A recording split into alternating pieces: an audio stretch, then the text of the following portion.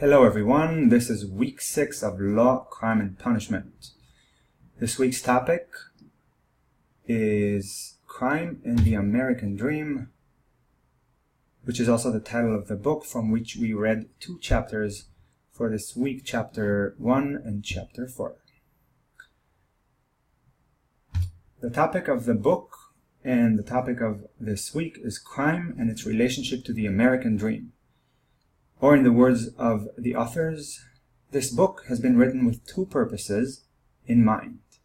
First, to present a plausible explanation of the exceptionally high levels of serious crime.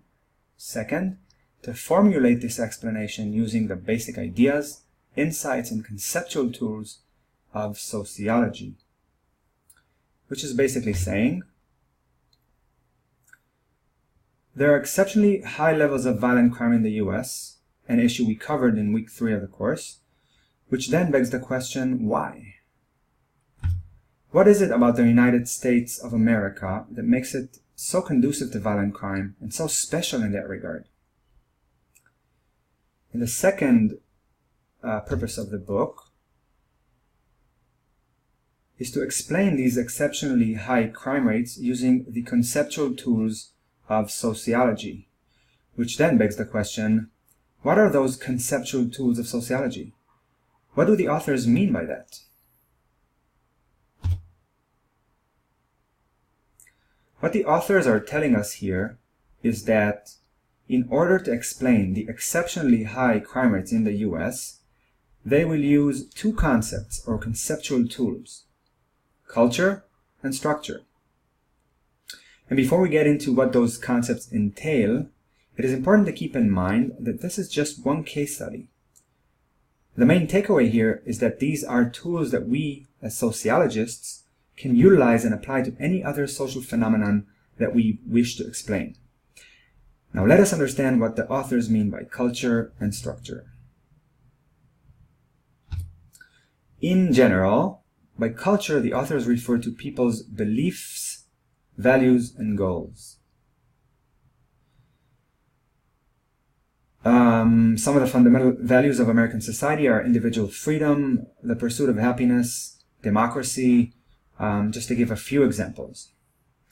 Now, in this book, the authors focus on the American dream as the cultural foundation of American society, that is, of the American people, of you.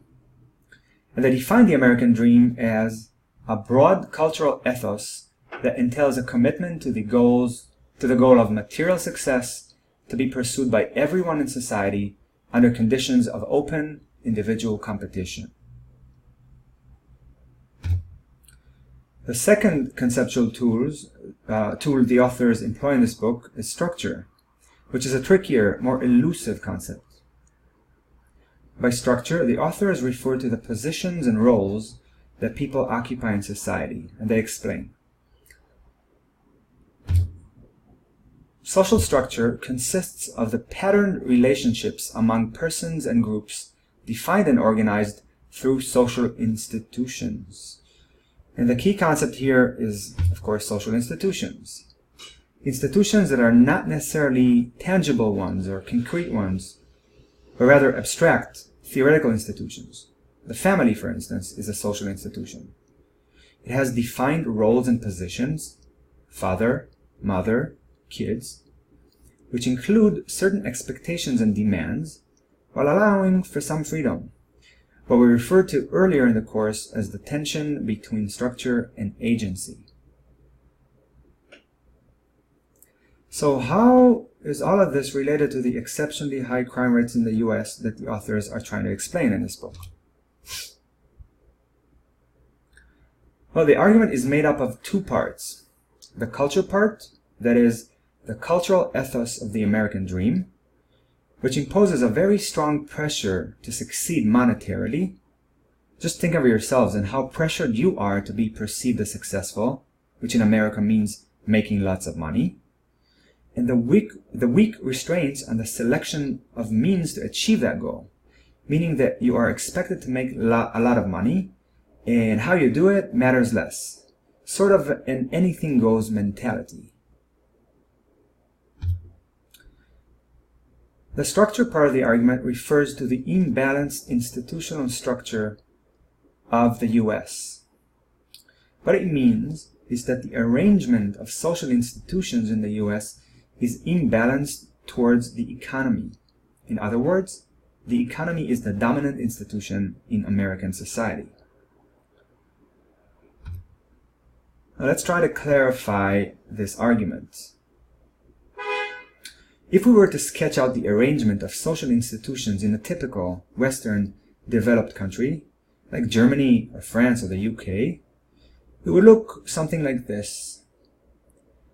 What we see here is an array of social institutions: the media, legal system and courts, the family, the government, religion, the police, and the economy, which is powerful and dominant, but is relatively equal to the other institutions that we see on the screen.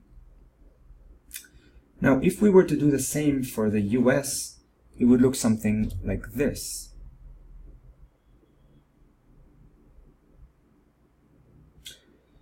Now, this is all very abstract, so to make it a bit more tangible and relatable, here's an example. Let's focus on the relationship between the economy as an institution and the family as an institution. One index or way or expression to think about this relationship is to explore the length of paid maternity leave. That is, the amount of time that mothers who have given birth or their partners can stay at home and take care of their child and still get paid. And by get paid, I mean get paid by the government, essentially. This relationship, or this example, can give us a clue as to the relationship between the two institutions. The more the emphasis on the family and the lesser on the economy, the longer the maternity leave. So here's the data.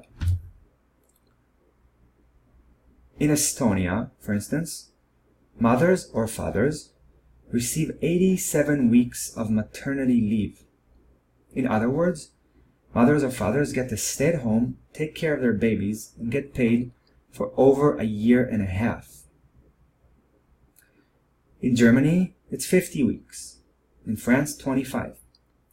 And if you look all the way down in this diagram, you will see the US with 0, nothing, nada.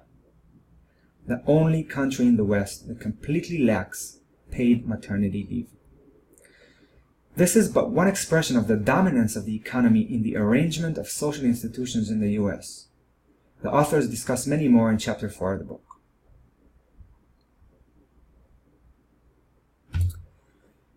To conclude, the argument here is that the American dream, in combination with the imbalanced institutional structure of the US, together provide a platform that allows for the exceptionally high rates of violent crime in the US that are distinctive to the US and distinguish it from all other Western developed countries.